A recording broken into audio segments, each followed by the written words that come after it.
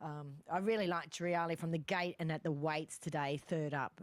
Should be hitting peak fitness. All right, let's get to Anthony for a market update. Sporting Chance. This is Jones versus Lang at full force. They're on the first and second favourites. And running Dinah's Affair. Emily partnering Sporting Chance. I thought Sporting Chance had a good chance to win this race. He's been the better backed out of the pair too. National Choice getting out to 650, Driali out to 850, and It's a Charm Deal. It's been hovering around that 950 mark for some time. But I'd suggest Sporting Chance is the strongest move.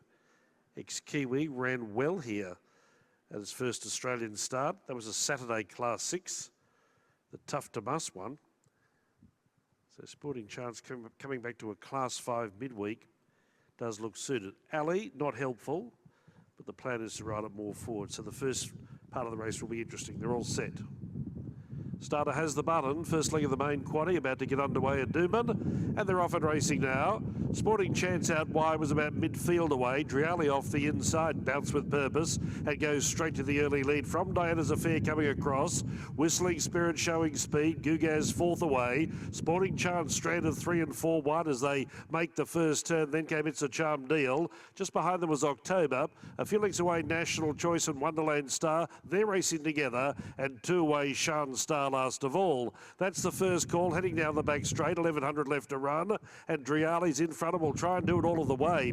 Whistling Spirit, the bowler, sits up in second, and It's a Charm Deal, 3 wide, pouring on the pressure, going up outside the lead pair. Now that trio skip away mid-race, but it presents Diana's Affair and Angela Jones with a perfect run in those red and black colours, sitting pretty in fourth. One away, Gugaz. Sporting Chance now got in one off the fence. Then came October, National Choice, Wonderland Star and Shan Star, well and truly off the bit at the tail end. Tempo's been strong. They reached the 600 metres, and Driali's cop pressure. That first split in 63 and 5. Leads from the outside. It's a Charm Deal. Whistling Spirit, Diana's Affair, pulling 4 wide. Sporting Chance coming 5 wide. Jones and Lang making their runs together. The 2 big guns of the market coming up at the same time. And then came Gugaz. Driali at the 300 led the way. Diana's Affair, Sporting Chance on the outside. They're followed then by October, threading the needle and getting a run, but Sporting Chance out wide reached the lead. National Choice all of a sudden is a danger. Sporting Chance is getting off the track.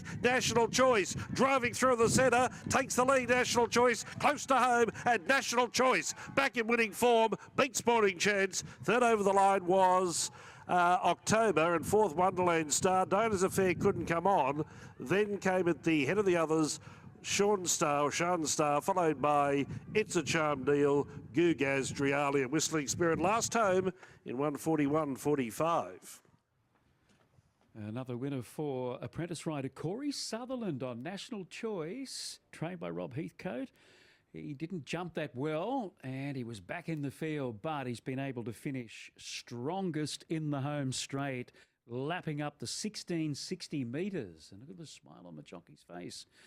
The runner-up there, Sporting Chance, every possible there. He sort of had a few problems keeping in touch. They wanted him closer, but he couldn't. So Emily called it off. She did the right thing. He was presented to win, but he's been outstayed at the end of the 1690-odd metres and met a gap away to October, who stayed on quite well back in distance to the 1660 today. So the placings are 1, 2 and 3, and the action is on the outside of the track here. At this point, it's Sporting Chance, a clear leader by a length, but not for long, because here comes National Choice through in the middle, Bernie, and gets up to score. Very strong on the line. Yeah, really fantastic, wasn't it? We mentioned that he could be the one to slip through the cracks, and that's exactly what he did here today. So really great for the owners. I think Ollie's going to join us. I think Rob's still here. So no, Rob's here, is he? I know Jared's on his way. Too many chiefs to talk to here. Yep, Jared's on his way. Really great for obviously the owners, and quite a training feat. I'm going to say a fantastic training feat, given that he's just 8 in a few days. This is his first go at the mile. You know, usually these older horses, they like to run shorter distances as they get older, but you timed this to perfection with this horse. Well done. Let the apprentices watch a master at work. That's right. You don't drop balls like Donald Trump on the golf course, do you? No, you don't. No. I don't cheat as much as him. That is good to hear. Tell us about National Choice, because what a wonderful effort. The riding was on the board with his last start, and I said to the young fella today, Corey, who owed me a good ride, I said, mate, be the last to move. And he nearly overdid it. He nearly didn't move. But look, there's a reason why he had top weight. There's a reason why he was the highest rated horse. If he got the mile, he was too good for them. That's right, and it was just great to see how well he relaxed. I mean, he is out of a Zavabeel mare, so he has the pedigree to do this. Why has he never visited this kind of trip previously? Well, he's the horse that I took down the beach. Remember the Stingray? It hit a couple of horses. This is the guy that took nearly 9 months. The Stingray barb hit him in the pastern, and the bleeding wouldn't stop. Just wouldn't. The toxins in the thing that killed Steve Irwin and all the rest of it. I've got photos I'll show you later, but really quite amazing. So set him back a long while, and we have a look at him. He looked as good as I've ever seen him today. He looks stunning today. Enjoy the win, Rob. Well done. You get to live another week. All right. Well, Rob's giving Corey. We've got Kobe, we've got Cody, we've got Corey. I'm confused, Corey, but well done. No, thanks. Thank you.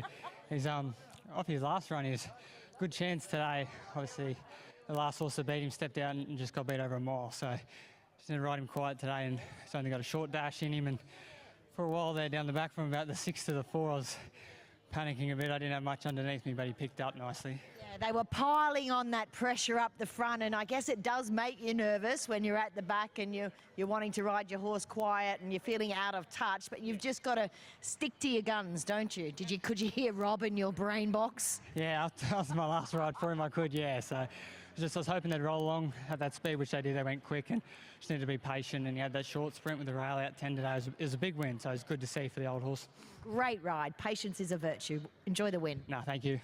All right, there is Corey Sutherland doing great things and redeeming himself in the eyes of the hard task master in Rob Heathcote. All right, 1 National Choice beats 2, 3 and 9. Home in 37.92, but keep in mind he has come from a long, long way back. Anthony?